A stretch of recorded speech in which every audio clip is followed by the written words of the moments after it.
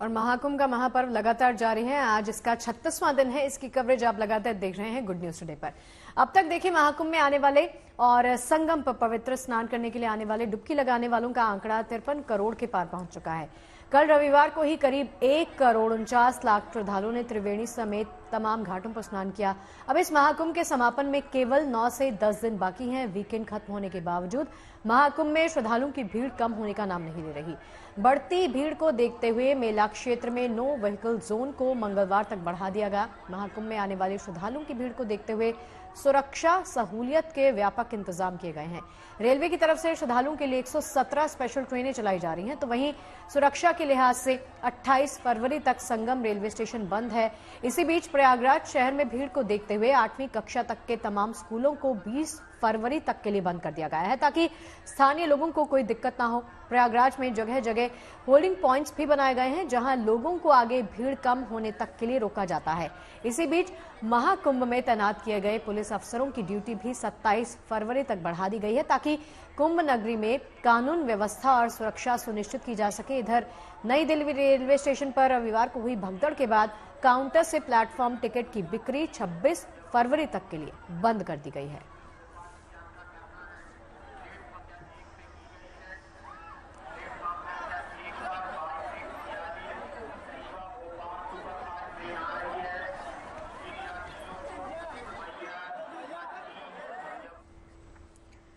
देखिए महाकुंभ में आज क्या माहौल है, किस तरह से भीड़ को मैनेज किया जा रहा है, इसके बारे में जानकारी दे रहे हैं हमारे संवाददाता सिमर चावला। देखिए, प्रयागराज महाकुंभ के 36वें दिन भी स्नान करने वाले श्रद्धालुओं का भारी हुजूम उमड़ रहा है। सिर्फ रविवार को 1,49,00,000 श्रद्धालुओं ने यहां पर आके स्नान किया और हर दिन करोड़ से ऊपर श्रद्धालु महाकुंभ में पहुंच रहे हैं। आज सोमवार का दिन है और ये बताया जा रहा था शायद कि आज भीड़ कम होगी, लेकिन भीड़ जो है वो कम होने का नाम ही नहीं ले रही है। पीछे अगर आप देखेंगे हजारों लाखों की संख्या में जो श्रद्धालु हैं वो लगातार संगम नोज की तरफ बढ़ रहे हैं और लगातार स्नान करने के लिए यहाँ पे कई किलोमीटर पैदल चल के जा रहे हैं। प्रशासन की बात करें तो खासे इंतजाम भीड़ को देखकर किए गए हैं। यहाँ पे अगर आप देखेंगे हर थोड़ी दूर में इसी तरीके की बैरिकेडिंग करके पॉइंट्स बनाए गए हैं ताकि जो भीड़ है उसे कंसोलिडेट ना होने दिया पाए। यहाँ पर जो पुलिस वाले हैं उनको यहाँ पे स्टेशन रखा गया है और भीड़ को बताने के लिए, जानकारी देने के लिए, उनसे बातचीत करने के लिए यहाँ पर पुलिस वालों को ड्यूटी पे रखा गया है। राय तरफ आप देखेंगे हर थोड़ी दूर में ऐसे पुलिस वाले खड़े हैं जो लोगों को समझा रहे हैं, रास्ता बता रहे हैं, इंफॉर्मेशन जो है वो दे रहे हैं। पीछे अगर अब मैं आपको दिखाना चाहूंगा कि यहाँ नो व्हीकल जोन तो घोषित कर दिया गया है और अब जो मेले के अंदर की गाड़ियां हैं उनको बाहर निकाला जा रहा है बैरिकेडिंग बना के। कोई गाड़ी अंदर नहीं जाने दी जा रही है, सिर्फ पुलिस की और प्रशासन की जो गाड़ियां हैं वो अंदर जाने दी जा रही है। और यहाँ पर जो है अंदर कई दिनों से मेले क्षेत्र में जो गाड़ियां थी उनको बाहर निकाले जा रहा है, लेकिन अंदर किसी गाड़ी को फिलहाल जाने के लिए नहीं दिया जा रहा है। यहाँ पे अगर आप देखेंगे भारी भीड़ जो है अभी भी मौजूद है। फिलहाल श्रद्धालुओं की बात करें तो 117 स्पेशल ट्रेनें चलाई गई हैं रेलवे द्वारा। कहीं ना कहीं भीड़ जो है स्टेशन पे वो कम होने पाए, लोग आसानी से पहुंचने पाए। प्रशासन द्वारा जो प्रयागराज संगम रेलवे स्टेशन है उसको बंद कर दिया गया है 26 फरवरी तक। कई स्कूलों की छुट्टी कर दी गई है 20 फरवरी तक और उसके बाद पुलिस की जो ड्यूटी है, अफसरों की जो ड्यूटी है वो तब तक के लिए बढ़ा दी गई है जब तक ये भीड़ रहेगी। यानी जब तक भीड़ रहेगी अधिकारी छुट्टी पे नहीं जा सकते और उनको ड्यूटी करनी पड़ेगी। तमाम इस तरीके के एंट्री पॉइंट्स बनाए गए हैं, होल्डिंग पॉइंट्स बनाए गए हैं स्टेशन के पास और जब तक ट्रेन आपकी शेड्यूल नहीं होती है तब तक आपको स्टेशन नहीं जाने दिया जाएगा। तो इस तरीके से ग्राउंड पे जाकर, माइक्रो लेवल पे जाकर प्रशासन अब उतर आया है और भीड़ मैनेजमेंट के लिए जद्दोजहद कर रहा है। वीडियो जर्नलिस्ट शुभम शुक्ला के साथ सिमर चावला, प्रयागराज। मतलब इसका ये कि क्राउड मैनेजमेंट को कंट्रोल करने के लिए व्यापक इंतजाम वहां पर किए जा रहे हैं ताकि किसी भी तरह की अप्रिय घटना ना हो। इसी बीच देखिए नई दिल्ली की घटना तो आप जानते हैं। नई दिल्ली रेलवे स्टेशन पर शनिवार रात हुई भगदड़ और महाकुंभ के लिए उमड़ रही भारी भीड़ को लेकर यूपी के तमाम बड़े और व्यस्त रेलवे स्टेशन पर सुरक्षा को कड़ा कर दिया गया है और सख्त प्रोटोकॉल लागू किया गया है। अब प्रयागराज जंक्शन पर यात्रियों की एंट्री केवल सिटी साइड से ही हो रही है और उन्हें ट्रेन के आगमन तक होल्डिंग एरिया में रखा जा रहा है। ऐसी व्यवस्था वाराणसी, अयोध्या, कानपुर, लखनऊ और मिर्जापुर जैसे स्टेशंस पर की गई है।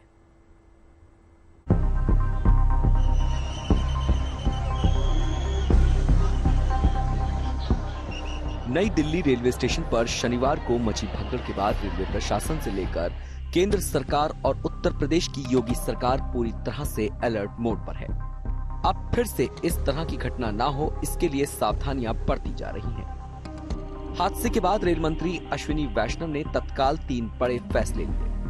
नई दिल्ली रेलवे स्टेशन से कुंभ जाने वाली भीड़ को कम करने के लिए तुरंत 4 स्पेशल ट्रेन चलाई। उच्च स्तरीय जांच का आदेश दिया गया ताकि भगदड़ का स्पष्ट कारण पता लग सके और जिम्मेदारों पर कार्रवाई की जा सके। मृतक के परिजनों, गंभीर घायलों और सामान्य घायलों के लिए मुआवजे का ऐलान किया गया। नई दिल्ली स्टेशन पर हुए हादसे की जांच के लिए कमेटी का गठन कर दिया गया है। रविवार दोपहर 2 सदस्यीय टीम नई दिल्ली स्टेशन के प्लेटफॉर्म नंबर 16 पर पहुंची और पता लगाने की कोशिश की कि यह हादसा कैसे हुआ। जांच टीम उन सीढ़ियों पर भी गई जहां भगदड़ के हालात बने। टीम ने संबंधित अफसरों से भी बात की और ये पता किया कि जब हादसा हुआ तब विभागीय अधिकारी क्या कर रहे थे। आपने सर यहाँ क्या जायजा लिया सर, ये बताइए सर। ये कमेटी जब अपनी रिपोर्ट देगी तो उसमें ही इस चीज का वर्णन होगा। कमेटी के मेंबर आप हैं सर? जी जी जी। आपने यहाँ जायजा लिया जहाँ स्टम्पेड हुआ था? अभी जायजा ले रहे हैं, लेकिन आप सबसे मेरा यही निवेदन है कि आप लोग सहयोग करें, हमें अपना काम करें। अच्छा, मेरा एक आखिरी सवाल है सर कि आरपीएफ के लोग यहाँ कम है, ऐसा बताया जा रहा है कि जो लोग यहाँ पर ड्यूटी पर तैनात हैं उनको प्रयागराज में भी ड्यूटी पर भेजा गया सर। आप उनसे पूछिए। जानकारी के मुताबिक जांच आयोग ने रेलवे स्टेशन के सीसीटीवी सील कर दिए हैं, जिनसे हादसों को लेकर अहम जानकारी मिलने की उम्मीद है। बहरहाल जांच कमेटी हर एंगल से हादसे की तफ्तीश में जुटी हुई है। वहीं भारी भीड़ को देखते हुए उत्तर प्रदेश के प्रयागराज, वाराणसी, अयोध्या, कानपुर, लखनऊ और मिर्जापुर जैसे प्रमुख रेलवे स्टेशनों पर कड़ी सुरक्षा व्यवस्था लागू कर दी गई है। मौनी अमावस्या और बसंत पंचमी पर लागू सुरक्षा प्रोटोकॉल को और सख्ती से लागू किया जा रहा है। प्रयागराज जंक्शन पर यात्रियों की एंट्री केवल सिटी साइड से ही हो रही है। यात्रियों को ट्रेन के आगमन तक होल्डिंग एरिया में रखा जा रहा है। वाराणसी के झूसी और रामबाग स्टेशनों पर भी यात्रियों को सुरक्षित क्षेत्रों में ट्रेन आने तक रोका जा रहा है। वाराणसी जंक्शन पर भी दिल्ली की घटना के बाद सुरक्षा कड़ी कर दी गई है। अयोध्या रेलवे स्टेशन पर भी कड़े सुरक्षा इंतजाम किए गए हैं। अयोध्या में यात्रियों की सुगमता के लिए अलग अलग एंट्री और एग्जिट पॉइंट बनाए गए हैं। अयोध्या में ही 300 से ज्यादा आरपीएफ और जीआरपी के जवान तैनात किए गए हैं। लखनऊ और कानपुर में भी सुरक्षा कड़ी कर दी गई है। ओवर क्राउडिंग को रोकने के लिए सभी आवश्यक कदम उठाए जा रहे हैं। मिर्जापुर में भी एहतियात बरता जा रहा है और अतिरिक्त सुरक्षा उपाय किए गए हैं। दिल्ली भगदड़ के बाद से यूपी के सभी बड़े रेलवे स्टेशनों पर सुरक्षा बल की तैनाती बढ़ा दी गई है। सीसीटीवी कैमरों की निगरानी तेज कर दी गई है और यात्रियों की सुविधा के लिए विशेष इंतजाम किए गए हैं। Bureau report, good news today. तो प्रयागराज जाने वाले लोगों की संख्या दिन ब दिन लगातार बढ़ती जा रही है। ऐसे में व्यवस्था को बनाना भी उतनी ही बड़ी चुनौती और जरूरी हो गया है। 2 हमारे संवाददाता हमारे साथ जुड़ गए हैं। मनीषा हमारे साथ दिल्ली से जुड़ चुकी हैं और संतोष हमारे साथ प्रयागराज से जुड़ चुके हैं। सबसे पहले प्रयागराज चल लेते हैं। संतोष, आप कहां पर मौजूद हैं? अभी कितनी संख्या में लोग हैं जो हर दिन स्नान कर रहे हैं? सैटरडे संडे को छोड़ दिया जाए तो आज की क्या स्थिति है, बताएं, क्योंकि कल का जो आंकड़ा था वो तो 1 करोड़ से पार था। देखिए, बीते 2 दिनों से प्रयागराज संगम में आने वाले जो श्रद्धालु हैं उनकी संख्या 1 करोड़ पार कर रही है और आज भी जो आंकड़ा है, जो मैं अब आपसे बात कर रहा हूं, इस समय तक ये आंकड़ा 65 लाख के लगभग पार कर चुका है। 65 लाख श्रद्धालु आ चुके हैं। अभी पूरा दिन बाकी है, तो उम्मीद है कि आज भी ये आंकड़ा 1 करोड़ से ज्यादा पहुंचेगा। श्रद्धालुओं की संख्या लगातार पहले वीकेंड पर कही जा रही थी कि वीकेंड पर के बाद कम हो जाएगी, मंडे को कम हो जाएगी, लेकिन आज ऐसा नजर नहीं आ रहा है। चारों तरफ प्रयागराज के हर सड़कों पर लोग हैं, हर कोई संगम में श्रद्धालु स्नान करने जाना चाहता है।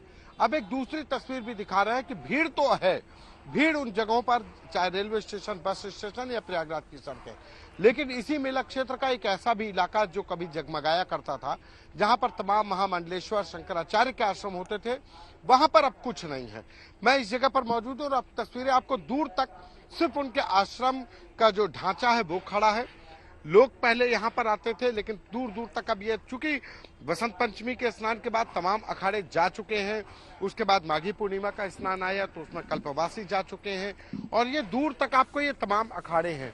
चाहे वो शंकराचार्य मुक्तेश्वर आनंद का हो या देवकीनंद ठाकुर जी का विश्व शांति चैरिटेबल ट्रस्ट का आश्रम हो या शाश्वतम शिविर हो, तो ये तमाम आश्रम पहले यहाँ पर बने हुए थे, लेकिन अब धीरे धीरे करके यहाँ पर ये जा चुके हैं। अब सिर्फ ये ढांचा खड़ा, यानी कि मेले की एक दूसरी तस्वीर है जहाँ पर कोई नहीं है, श्रद्धालु सिर्फ गुजर रहे हैं। यहाँ अब कुछ नहीं बचा, लेकिन जो संगम का इलाका है वहां पर इसी तरीके से भीड़ मची हुई है। जो करोड़ों लोग जो आ रहे हैं वो संगम में स्नान करने के लिए आ रहे हैं। मेरा जो ये पूरे तस्वीर दिखाने का मतलब सिर्फ इतना था कि प्रयागराज जो अब आ रहे हैं वो शंकराचार्य या ऋषि मुनियों के, नागा साधुओं के दर्शन करने नहीं आ रहे हैं। उनका सिर्फ एक उद्देश्य है संगम में स्नान करके पुण्य कमाना, बस, और कुछ उनके लिए नहीं है। मेला है, लेकिन मेले में संगम स्नान। लौटती हूँ संतोष आपके पास, बिल्कुल, लेकिन अभी नजरें टिकी हुई हैं 26 फरवरी के स्नान पर भी। तब भी देखना होगा कि कितनी बड़ी संख्या में श्रद्धालुगण यहाँ पर पहुंचते हैं। मनीषा का एक बार रुक कर लेते हैं। मनीषा, आप दिल्ली रेलवे स्टेशन पर मौजूद हैं। देखिए, जो रिपोर्ट भी हमने दिखाई है, मनीषा आवाज आ रही है ना? जो रिपोर्ट हमने दिखाई है उसमें तो यही समझ में आ रहा है कि जो इंसिडेंट हुआ है उसके बाद जो सिक्योरिटी सिस्टम है उसको एक तो बीफ अप किया गया है, व्यापक इंतजाम किए गए हैं, सीसीटीवी से निगरानी रखी जा रही है। आप क्या कुछ चेंजेस वहां पर देख पा रही हैं?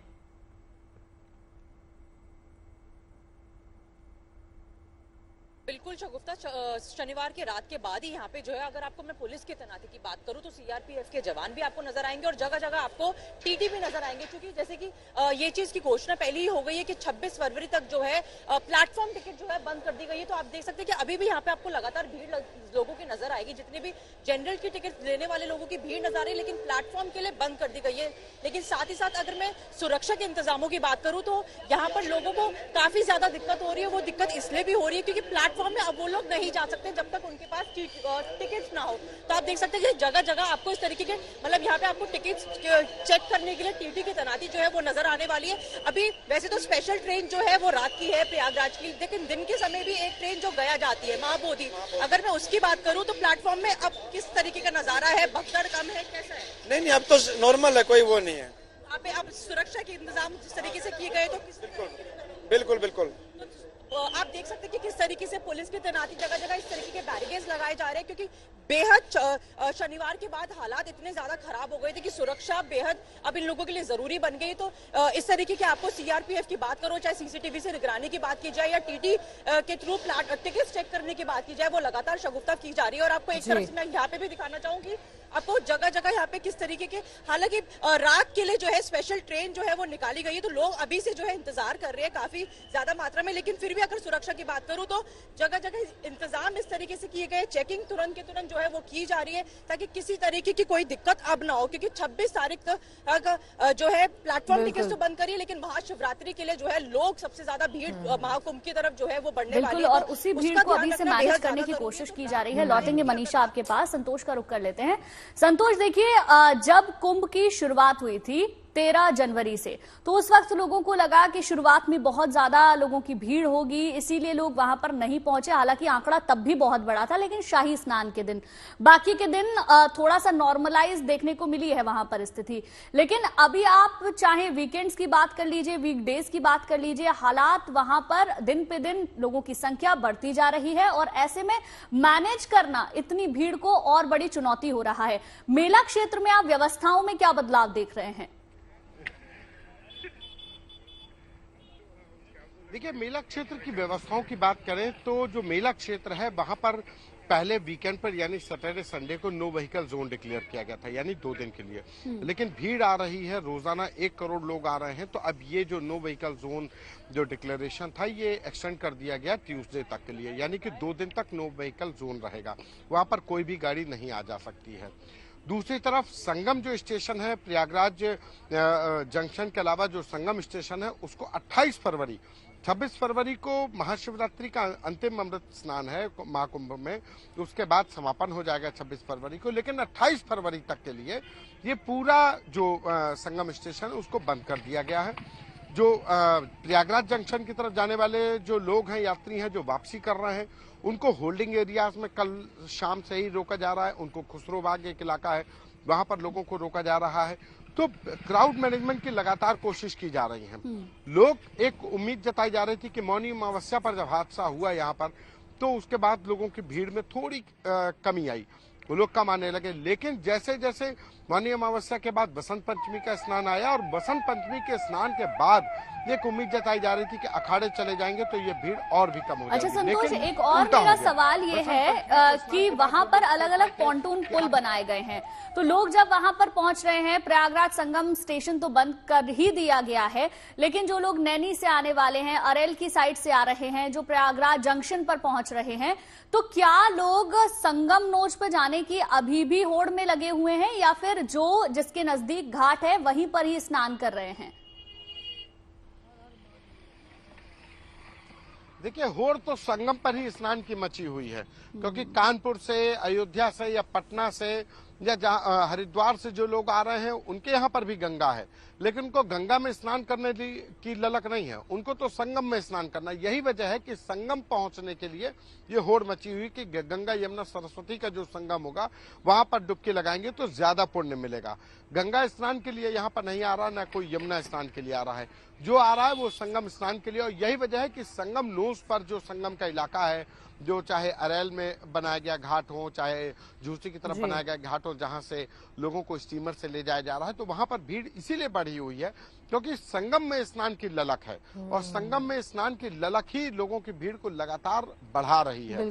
बसंत पंचमी के स्नान के बाद कहा गया कि जब तमाम जो साधु संत है वो चले जाएंगे तब शायद भीड़ कम होगी, लेकिन उसके बाद तमाम लोगों ने प्लान किया कि जब साधु संत चले जाएंगे तो हम चलेंगे इत्मीनान से, और वो इत्मीनान से सोचने के चक्कर में भीड़ लगातार बढ़ती जा रही है। और अब तो हालात ये लग रहे हैं कि उम्मीद है कि 26 फरवरी को जब अंतिम स्नान महाशिवरात्रि का होगा तब भी ऐसी भीड़ लगातार रहेगी। चलिए संतोष, बहुत बहुत शुक्रिया इस बातचीत के लिए, और मनीषा आपका भी हमारे साथ जुड़ने के लिए और तस्वीरें दिखाने के लिए बहुत बहुत शुक्रिया। और चलिए दिल्ली एनसीआर की बात कर लेते हैं। ये तस्वीरें आपको प्रयागराज की दिखा रहे हैं, आप लगातार तस्वीरें देख ही रहे हैं कि वहां पर कितनी बड़ी संख्या में लोग पहुंचे हुए हैं। और देखिए 26 फरवरी के दिन का इंतजार किया जा रहा है कि 26 फरवरी का जब दिन आएगा महाशिवरात्रि की, जिसका हम जिक्र लगातार कर रहे हैं, तो कितनी भीड़ तब होने वाली है वो भी तस्वीरें आपको लगातार दिखाएं। और देखिए दिल्ली एनसीआर में आज भूकंप के तेज झटके महसूस किए गए। गनीमत वाली बात यह रही कि इस भूकंप से कोई भी नुकसान नहीं हुआ। भूकंप का केंद्र धौलाकुआं बताया जा रहा है। रिक्टर स्केल पर इसकी तीव्रता 4.0 मापी गई। और चलिए आपको दिल्ली की तस्वीरें तो दिखाएंगे, लेकिन गुंजन से बात कर लेते हैं। गुंजन, जिस वक्त अर्थक्वेक आया महसूस हुआ, सो रही थी या फिर? मैं सो रही थी, लेकिन मैं मतलब थोड़ा मुझे लगा कि शायद कुछ हुआ है, फिर मुझे लगा मैं शायद सपना देख रही हूँ, मैं वापस से सो गई। लेकिन जब मैं सुबह उठी, मैंने टीवी ऑन किया तो मैंने देखा नहीं मैं सपना नहीं देख रही थी, एक्चुअली भूकंप आया था। चलिए तस्वीरें आपको दिखाते हैं कि हुआ क्या।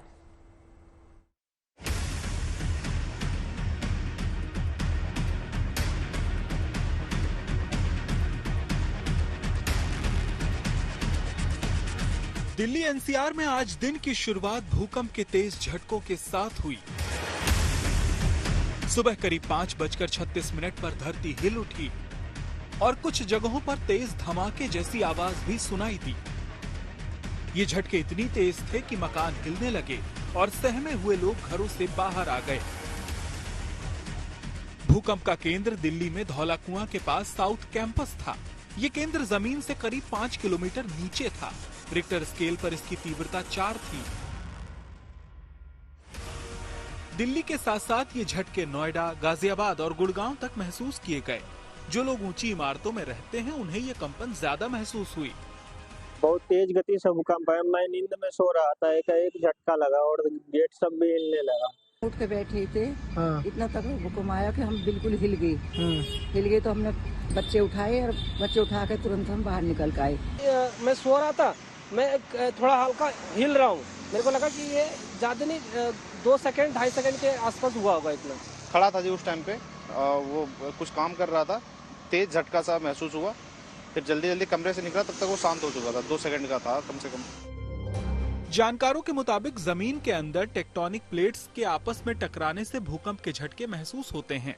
भूकंप का केंद्र वहीं होता है जहां टेक्टोनिक प्लेट्स आपस में टकरा रही हों। एक टेक्टोनिक प्लेट जहां दूसरी से अलग हो रही हो उसे फॉल्ट लाइन कहा जाता है। भूकंप के लिहाज से दिल्ली बेहद संवेदनशील है। दिल्ली की जमीन के नीचे भी टेक्टोनिक प्लेट्स की एक फॉल्ट लाइन है, लेकिन आमतौर पर दिल्ली भूकंप का केंद्र नहीं होता है। कई बरसों बाद भूकंप का एपिसेंटर दिल्ली में था। यही वजह है कि 4 तीव्रता के भूकंप में भी लोगों को तेज झटके महसूस हुए। 5:35 पर मुझे ऐसा आभास हुआ कि जैसे किसी ने कोई पूरी बिल्डिंग जोर से हिल गई हो। जब मैं उठ करके बेड पर बैठा तो मैंने देखा कि ऊपर का पंखा हिल रहा था। बहुत एकदम लगा धड़ाम जैसा। काफी लोग जो थे भी हमारे लोग वेटिंग लॉन्ज में थे, सब भागने लगे बाहर की तरफ। भैया बहुत तगड़ा झटका था, हमें ऐसा लगा जैसे ट्रेन चल रही हो ना, धरती ऐसे हिल रही बहुत तेज, धड़ाधड़ धड़ाधड़, मतलब कि जैसे कुछ धरती फटने वाली है। बहुत तगड़ा झटका था। भूकंप के लिहाज से दिल्ली का धौला कुआं इलाका बेहद संवेदनशील है। वैज्ञानिकों के मुताबिक धौला कुआं के आसपास के इलाके में हर 2-3 साल पर भूकंप के हल्के झटके आते रहते हैं। ये झटके इतने हल्के होते हैं कि आम लोगों को महसूस नहीं होते। इससे पहले 2015 में यहाँ 3.3 की तीव्रता का भूकंप महसूस किया गया था। आज के भूकंप की तीव्रता 4 थी। भूकंप के लिहाज से दिल्ली सिस्मिक जोन 4 में आता है। ऐसे में यहाँ बड़े भूकंप का खतरा बना हुआ है।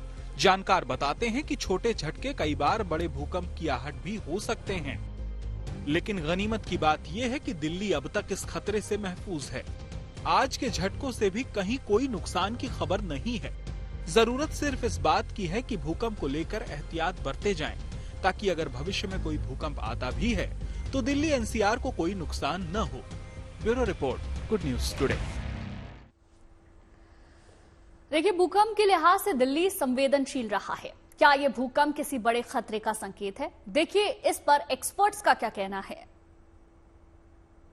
अभी सालों में 2007 में यहाँ पर छोटा छोटा अर्थक्वेक होता रहता है, तो आप लोग इसको नोटिस नहीं किए हैं, लेकिन ये अर्थक्वेक जो है आपका 4 पॉइंट जो अर्थक्वेक हुआ है वो धौला कुआं में हुआ है, जो आपका जो झील पार्क है, और 2007 में 4.6 मैग्नीट्यूड का अर्थक्वेक वहां पर हुआ था।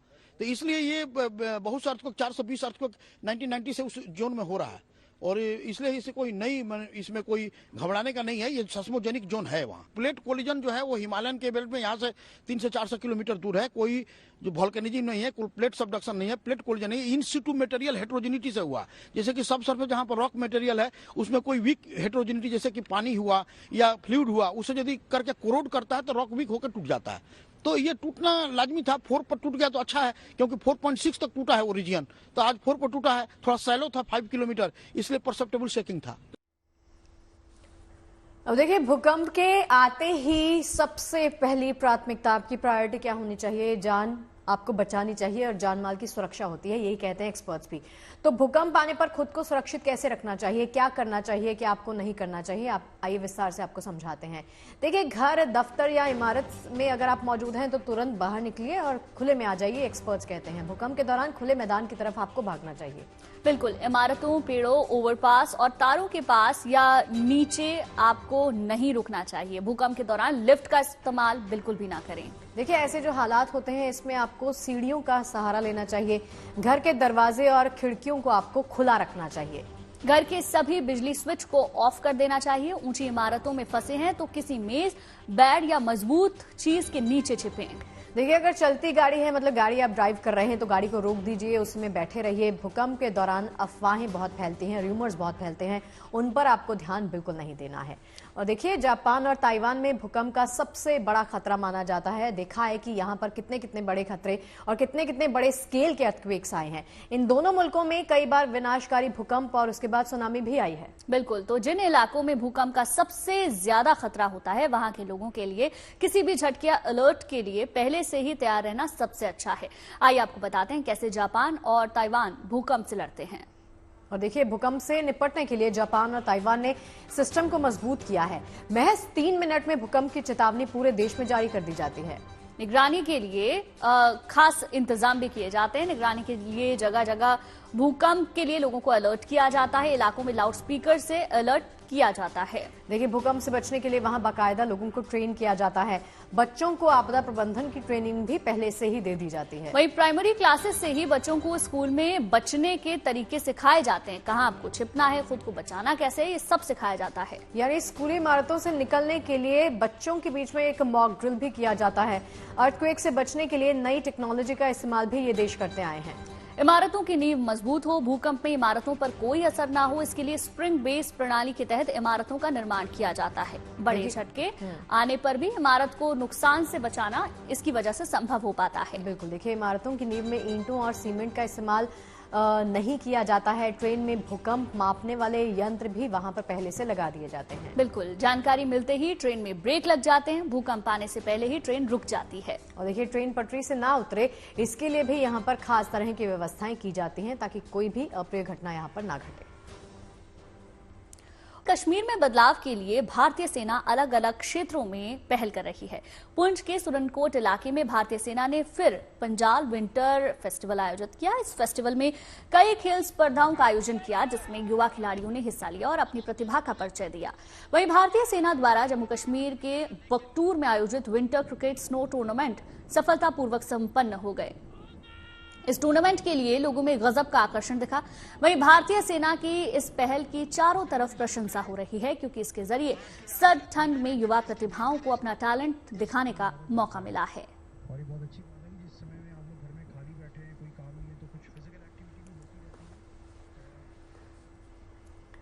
चलिए उस पहल की बात करते हैं जो भारतीय नौसेना की तरफ से की गई है। तमिलनाडु की राजधानी चेन्नई में नेवी ने एक म्यूजिक कॉन्सर्ट का आयोजन किया जिसमें नेवी ने सिम्फोनिक बैंड ने आईएनएस अड्यार पर अपनी संगीतमय प्रस्तुति दी। वही सुनाते हैं आपको।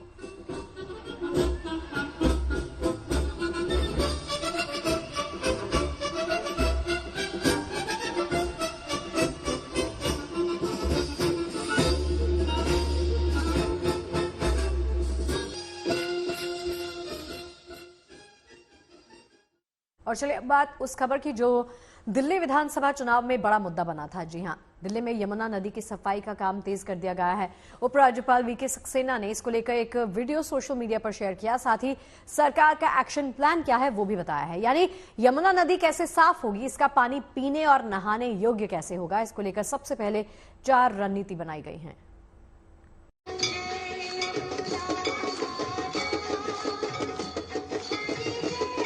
पिछले साल दिल्ली में यमुना किनारे मां यमुना के आरती कार्यक्रम की शुरुआत की गई थी। अब यहीं से एक और ये तस्वीर सामने आई है। यहाँ एक भारी भरकम मशीन के साथ यमुना नदी की सफाई की जा रही है।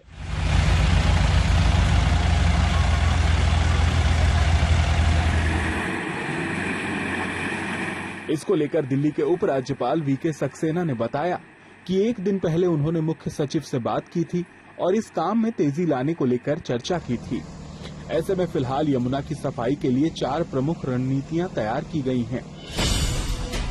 पहली रणनीति में यमुना नदी से कचरा, मलबा और गाद हटाई जाएगी। दूसरी रणनीति के तहत नजफगढ़ नाला, सप्लीमेंट्री नाला और दूसरे सभी प्रमुख नालों की सफाई का काम भी शुरू हो जाएगा। वहीं तीसरी रणनीति ये बनाई गई है कि सीवेज ट्रीटमेंट प्लांट की क्षमता और उत्पादन पर रोजाना निगरानी रखी जाएगी। जबकि चौथी रणनीति के तहत नए सीवेज ट्रीटमेंट प्लांट और डिसेंट्रलाइज्ड सीवेज ट्रीटमेंट प्लांट के निर्माण के लिए एक योजना तैयार की गई है। इसके लिए डेडलाइन में काम होगा ताकि रोजाना 400 मिलियन गैलन पानी की कमी को पूरा किया जा सके। एलजी साहब के माध्यम से एक हाई लेवल कमेटी द्वारा यमुना की सफाई शुरू हो गई है।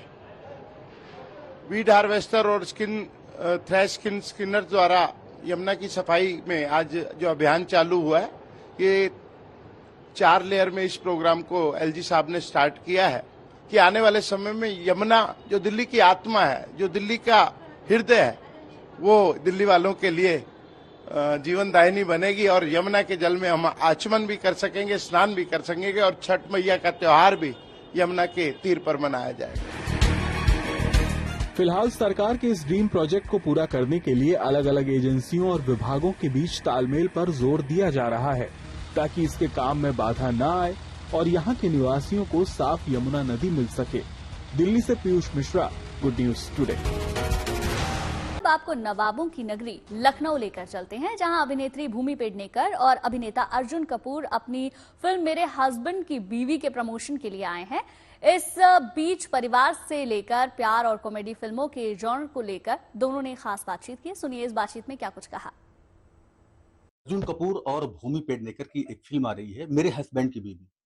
दोनों लोग हमारे साथ हैं, सीधे इनसे बात करते हैं। और फिल्म क्या है भूमि जी, क्या है इस फिल्म में? जी ये फिल्म 90s के दौर में जैसी बॉलीवुड मसाला एंटरटेनर्स बनती थी, बस हमारी फिल्म उसी सुर की फिल्म है।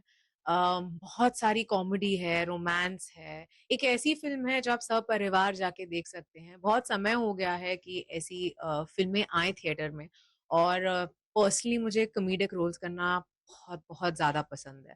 तो बस वैसा ही आप थोड़े हमारे अलग अलग रंग रूप देखेंगे। आप लखनऊ में हैं, जी। नवाबों का शहर कहा जाता है, तहजीब का शहर कहा जाता है। पहले भी आप आ चुकी हैं, तो कैसा लगा लखनऊ आपको?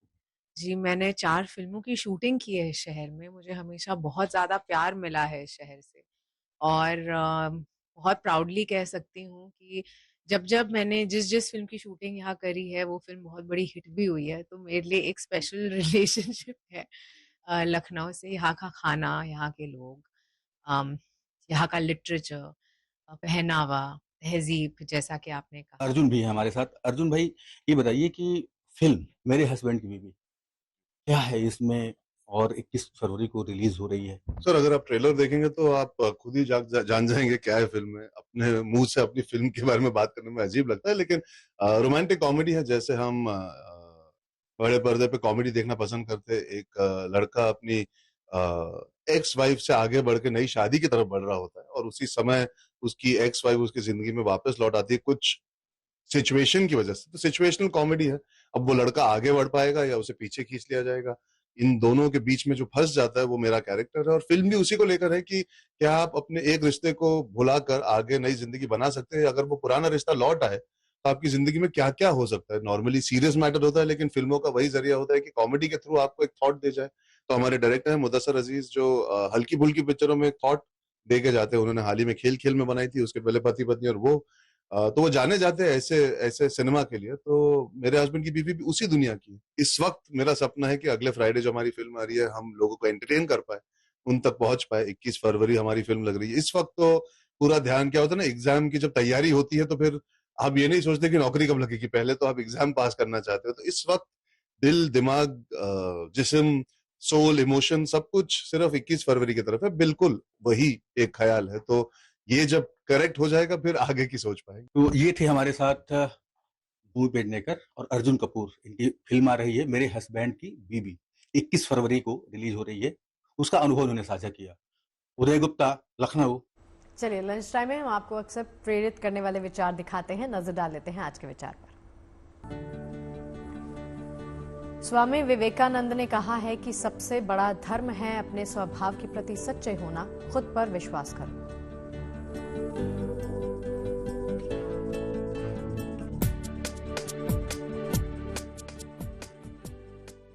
उम्मीद करते हैं लंच टाइम में आपको पेट भर जानकारियां जरूर मिली होंगी। और चलिए, हम दोनों को इजाजत दीजिए। खबरों के इस लंच टाइम में फिर परोसेंगे कल ढेर सारी अच्छी खबरें। देखते रहिए GNT।